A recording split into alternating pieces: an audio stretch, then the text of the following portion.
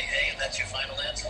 So let's get down to just the news. And in the news this week, Joe Biden announced an executive order on gun control in light of the sad and serious situations of multiple mass shootings in the United States over the last couple months, pretty much since he's been elected. Gee, I wonder what is the tie-in between the two. Maybe incredible frustration in America over the poor state of affairs, or perhaps in anticipation that if you commit violence under a Joe Biden administration, you won't be punished. So it's a very disconcerting situation. But Biden blatantly lied. In fact, not just conservative, but even some Democrats have called out Biden for blatantly lying about one of his big proposals was closing the so-called gun show loophole.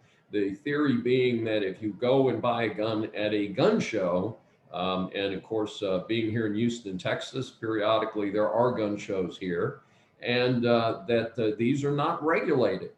When actually there are the people who are the vendors at these gun shows are the same people who operate gun stores, and they are registered gun sellers, which means they are required to comply with the respective background checks that are required in certain circumstances of gun and ammunition purchases. So it's the starting point is a true falsehood.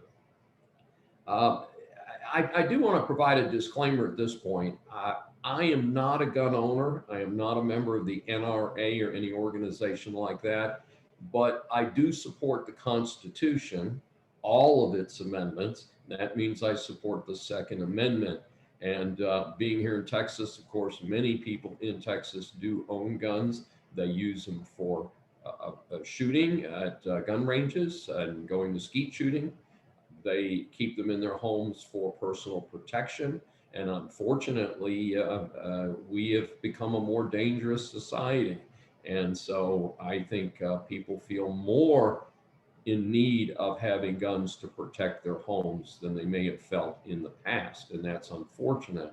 And there's a couple concerns that I have. One of them is Biden's actions really don't address the root cause of some of these mass murders, which is people who are deranged and nobody says anything. Now, he supposedly is going to do some red flag stuff. And I'm sorry, so far, red flag has not worked.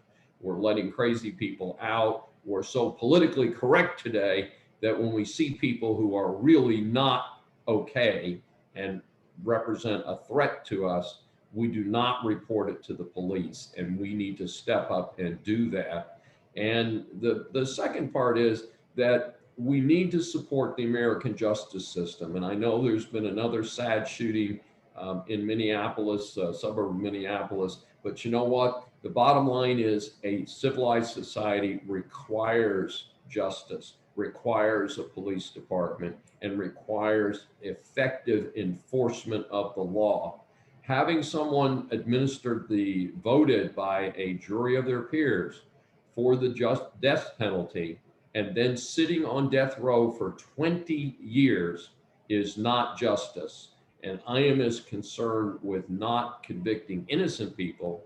I am also concerned about our administering justice on behalf of the many, many victims of crime in this country. And so the actions of Biden will do nothing to deal with the root causes of the problems in America. And it's a very sad situation for sure.